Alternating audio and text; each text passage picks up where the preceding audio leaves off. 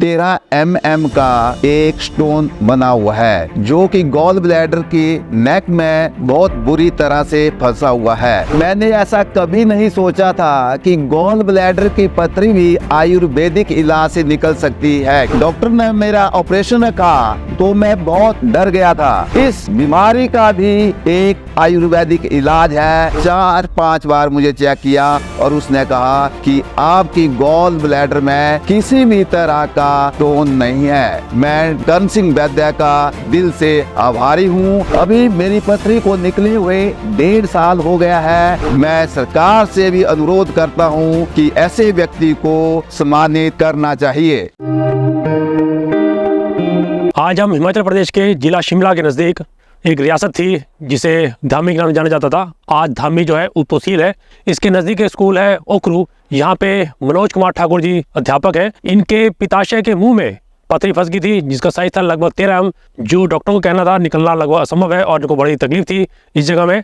और आज इनकी पथरी निकल चुकी है। चलिए सुनते हैं पहले मनोज कुमार ठाकुर जी का, उनका क्या कहना है और उनके परिवार का क्या कहना है पथरी निकलने के बाद। मैं मनोज कुमार ठाकुर जिला मंडी के सरकाघाट का रहने वाला हूँ और आजकल मैं जिला शिमला के government senior secondary school Okhru में टीजीटी नॉन मेडिकल के पद पर कार्यरत हूँ।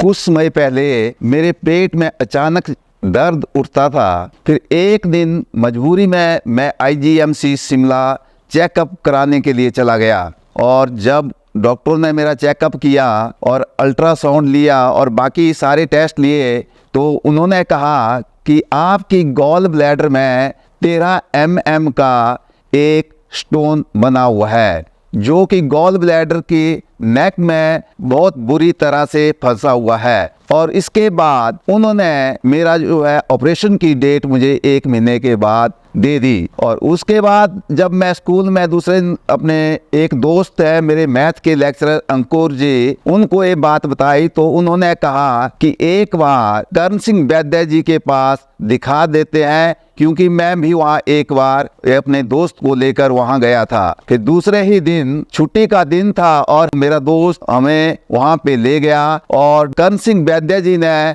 सारी रिपोर्टें चेक करके हमें एक कोर्स जो है वो 40 दिन का दिया। बिल्कुल प्योर आयुर्वेदिक कोर्स था, उसे कोई साइड इफेक्ट नहीं था। और मैंने 40 दिन वो दवाई डेली रूटीन में ली और 42वें दिन जब मैं दोबारा अल्ट्रासाउंड कराने के लिए गया तो जिस डॉक्टर ने मेरा अल्ट्रासाउंड किया उसने 4-5 बार मुझे चेक किया और उसने कहा कि आपकी गॉल ब्लैडर में किसी भी तरह का स्टोन नहीं है। उस समय मैं इतना खुश हुआ कि मैं करण सिंह वैद्य का दिल से आभारी हूँ और मैं सरकार से भी अनुरोध करता हूं कि ऐसे व्यक्ति को सम्मानित करना चाहिए। जब मैं करण सिंह वैद्य जी के पास गया तो मैंने ऐसा कभी नहीं सोचा था कि गॉल ब्लैडर की पथरी भी आयुर्वेदिक इलाज से निकल सकती है, क्योंकि जब मैं आईजीएमसी में गया था तो डॉक्टर ने कहा था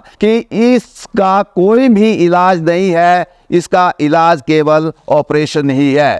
मैं इतना कहना चाहता हूं कि जिन भी लोगों को पथरी है और ऑपरेशन के लिए डेट दे दी है तो मेरा उनसे अनुरोध है कि एक बार करण सिंह वैद्य जी के पास जाएं। डॉक्टर ने मेरा ऑपरेशन रखा तो मैं बहुत डर गया था कि अब कैसे क्या होगा, कैसे ऑपरेशन कराऊंगा, कैसे स्कूल जाऊंगा, कितने दिन घर रहूंगा, कितने दिन छुट्टियां लूंगा, कैसे करूंगा, कैसे आगे क्या होगा। लेकिन जब मेरी पथरी आयुर्वेदिक इलाज से ठीक हो गई तो मुझे विश्वास ही नहीं था। मुझे इतनी खुशी थी कि इस बीमारी का भी एक आयुर्वेदिक इलाज है और जिन लोगों को ये बीमारी है, ये पथरी है, वो एक बार करण सिंह वैद्य जी के पास जरूर जाएं और मेरा विश्वास है कि आप बिल्कुल ठीक हो जाएंगे। मेरा नाम बीना कुमारी है। मैं मनोज कुमार टीमी से। जब इनकी बीमारी का मुझे पता लगा तो मैं डर गई थी कि इनका ऑपरेशन होगा, कैसे होगा।